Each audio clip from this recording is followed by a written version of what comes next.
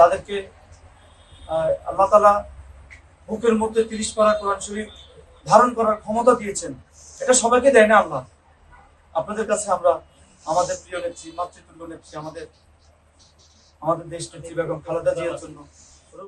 Chittagong city mayor doctor শাহাদাত হোসেনের নির্দেশে BNP chairperson ও সাবেক প্রধানমন্ত্রী বেগম খালেদা জিয়ার রোগমুক্তি কামনায় দোয়া ও খাবার বিতরণ অনুষ্ঠিত হয়েছে। শুক্রবার বায়েজিদ থানার আফরিন নগরে মিনহাজুল কোরআন হাফিজিয়া মাদ্রাসা ও এতিমখানার প্রাঙ্গণে এতিম শিশুদের মাঝে খাবার বিতরণ করা হয়। দোয়া ও মোনাজাতে দেশনেত্রীর দ্রুত দীর্ঘায়ু ও রোগমুক্তি কামনা করা হয়। উপস্থিত বক্তারা বলেন, বেগম খালেদা জিয়া দেশের গণতন্ত্র পুনরুদ্ধার আন্দোলনের প্রতীক। তার সুস্থতা কেবল দলের নয়, দেশের গণতন্ত্রকামী মানুষের প্রত্যাশা। অনুষ্ঠানে উপস্থিত ছিলেন মহানগর স্বেচ্ছাসেবক দলের সিনিয়র যুগ্ম আহ্বায়ক জিয়াউর রহমান জিয়া, ছাত্রদল নেতা তরিকুল ইসলাম তানভীর সহ বিভিন্ন নেতৃবৃন্দ ও মাদ্রাসা শিক্ষক শিক্ষার্থীরাও উপস্থিত ছিলেন।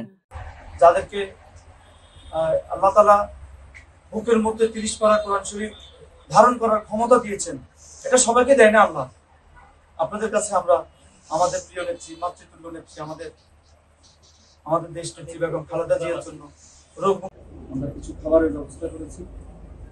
আমরা এই খাবার বিতরণ পূর্ববর্তী আমাদের মাঝে উপস্থিত হয়েছেন আমাদের বাংলাদেশ জাতীয়তাবাদী ছাত্রদল, আমাদের বিশেষ করে এই মাদ্রাসা এতিমখানায় যিনি পরিচালনা করছেন আমাদের মহাপ্রধান আব্দুল হান্নান মিয়াজি ভাই। আমরা আসলে এখানে কোনো বক্তব্য দিতে আসিনি, এটা কোনো রাজনৈতিক প্রচারণা।